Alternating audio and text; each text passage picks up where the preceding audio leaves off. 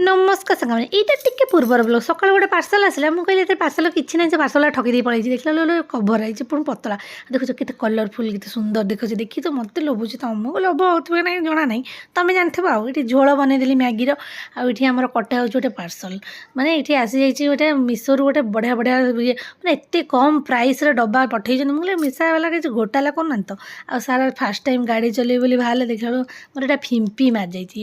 ଛୋଟ ଗାଡ଼ି ଫିମ୍ପି ମାରିଛି ବଡ଼ ଗାଡ଼ି ଅବସ୍ଥା କ'ଣ ହେଇଥିବ ଭଗବାନ ଜାଣେ 3 ମାସ ବନ୍ଧେଇକି ପଡ଼ିଥିଲା ଆଉ ଏଠି ଗୋଟେ ଭାଇରାଲ୍ ରେସିପି ଟ୍ରାଏ କଲି ନେଟ୍ରୁ ଦେଖିକିରି ଏଇଠି ଗୋଟେ ବ୍ରେଡ଼୍ 2-4ଟା ନେଇଯାଇଛି ଏକାଥରେ 4ଟା ଆପଣମାନେ 2ଟା ଟ୍ରାଏ କରିବେ ମୋ ଭଳିଆ ଲୋଭ କରିବେନି 2-4ଟା ଏକାଥରେ ନେବେନି 2ଟା ଟ୍ରାଏ କରିବେ ଟିକେ ଟିକେ ମୁଁ ମାନେ କ୍ଷୀର ପକଉଛି ତାର ଟିକେ ସୋକ୍ କରିବ